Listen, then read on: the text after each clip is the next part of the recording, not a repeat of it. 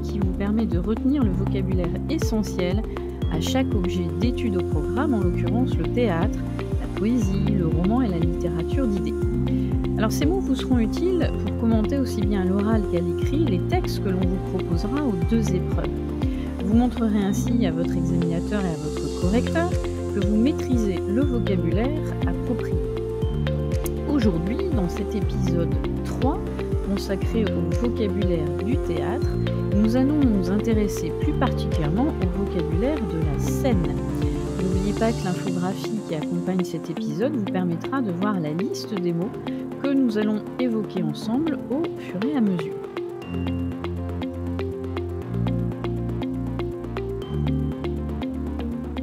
Alors commençons par le terme didascalie que vous connaissez bien évidemment. Ce mot vient d'un mot grec qui veut tout simplement dire enseigner et instruire. Alors la didascalie correspond à tout ce qui n'est pas dit par les comédiens. C'est généralement, vous le savez, en italique dans le texte et parfois, souvent, l'examinateur d'ailleurs à l'oral vous demande de ne pas les lire ainsi que le nom des personnages. Alors le but de la didascalie, c'est surtout de donner des renseignements au lecteur pour qu'il puisse imaginer la scène. Alors ces didascalies indiquent une grande variété d'éléments. Elle précise des caractères, des particularités des personnages. Par exemple, en début de pièce, il y a marqué Figaro et ensuite à côté valet de chambre du comte. Mais bien sûr, elles permettent d'indiquer le décor, les lieux, les costumes, les gestes, les déplacements des personnages et aussi l'intonation des répliques. Et ces didascalies, à ce moment-là, permettent, bien sûr au metteur en scène, d'ajuster, sa mise en scène, d'être fidèle ou de s'autoriser une liberté, par rapport au texte initial. Et par exemple, les costumes, vous le verrez dans certaines des pièces, sont, aussi, accessoires bien sûr, mais aussi, très symboliques pour, révéler ou incarner, un personnage en question. Donc ça, c'est pour, les didascalies. Alors la machinerie, vous entendrez, parler de ce terme, c'est tout simple, c'est l'ensemble de l'appareillage, si on peut dire comme ça, qui permet la mise en scène. Voilà, vous entendrez peut-être ce terme-là, vous pourrez vous-même l'évoquer. La scénographie, alors, ça, c'est plutôt, ce que l'on appellerait toute l'organisation visuelle et spatiale du décor et des lumières. On peut très bien, à ce moment-là, dans une explication à l'oral ou à l'écrit, s'intéresser justement à la scénographie et surtout, on peut s'intéresser, mais c'est presque une obligation. N'oubliez jamais, d'exploiter justement tous ces éléments-là pour donner du sens à votre explication. Alors on pourrait par exemple s'intéresser au décor et justement, se poser la question: est-ce que les décors sont réalistes, ou plutôt symboliques? Vous pouvez vous intéresser aussi à la lumière et son rôle. Est-ce qu'elle a pour but, par exemple, de dramatiser ou de poétiser la scène? Ou encore, on peut, décrire, l'espace sonore. Est-ce qu'on a, par exemple, une bande son? Est-ce qu'on a une voix off? Tout ça, ça participe, aussi du sens qui est donné ici par, à travers la pièce et puis autre élément, les objets. Voilà, est-ce qu'ils ne sont qu'accessoires ou est-ce qu'ils ont une symbolique?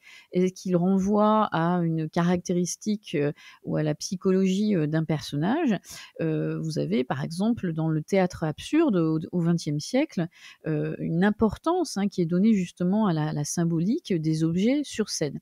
Et puis on peut même aller, se poser la question, quant à la scénographie, par exemple, quant à l'absence justement, de décor et en quoi, par son absence, qu'est-ce qu'il signifie, dans l'économie de la pièce, c'est-à-dire dans l'ensemble de la pièce. Donc la scénographie, on répète, c'est tout ce qui, est relatif au décor, à la lumière, à l'espace sonore et aux objets. Alors côté cour, côté jardin, bon c'est un terme que vous devez, connaître, vous allez voir c'est tout simple. Vu de la salle, le côté cour, la salle de théâtre, vu de la salle, le côté cour désigne le côté droit de la scène, donc quand le public regarde et puis vous avez côté jardin, donc bien sûr le côté cour s'oppose au côté jardin qui lui est le côté gauche de la scène. Donc vous avez parfois cette indication. Et puis, on va terminer, tout simplement par le quatrième mur. Alors souvent, on parle du quatrième mur comme étant un mur imaginaire qui sépare en fait les comédiens, du public et qui, empêche la communication entre la salle et la scène. Voilà pour tous ces éléments, de, la scène et j'ai envie de dire que les plus importants bien sûr et sur lesquels vous avez porté votre attention dans vos analyses, ce sont ceux qui se réfèrent aux didascalies et à tout ce qui est de l'ordre de la scénographie. Et vous allez comprendre qu'au fur et à mesure, des siècles, ces éléments-là, je parle de la scénographie, vont prendre de plus en plus d'importance, à plus forte raison lorsque au XIXe siècle apparaît véritablement le métier du metteur en scène qui va faire que vous avez, et encore une fois c'est une spécificité du genre théâtral, vous avez en fait, 2 lectures, effectuées ou 2 strates, de création. La création de l'auteur en tant que tel, du dramaturge et puis la création, du metteur en scène qui justement va transposer, les mots sur la scène à sa façon en étant, ou fidèle au texte, initial ou en justement, s'autorisant, d'autres interprétations. Voilà pour ce vocabulaire consacré à la scène théâtrale. Cela clôt justement cette série qui était consacrée à l'intrigue théâtrale, à la parole théâtrale et à la scène. J'espère que tous ces éléments-là vont vous permettre de découvrir ou de redécouvrir ce vocabulaire littéraire qui vous est essentiel, encore une fois, pour vos 2 épreuves. Et d'ici là, je vous dis à très vite sur Clapotis pour d'autres séries consacrées au lexique.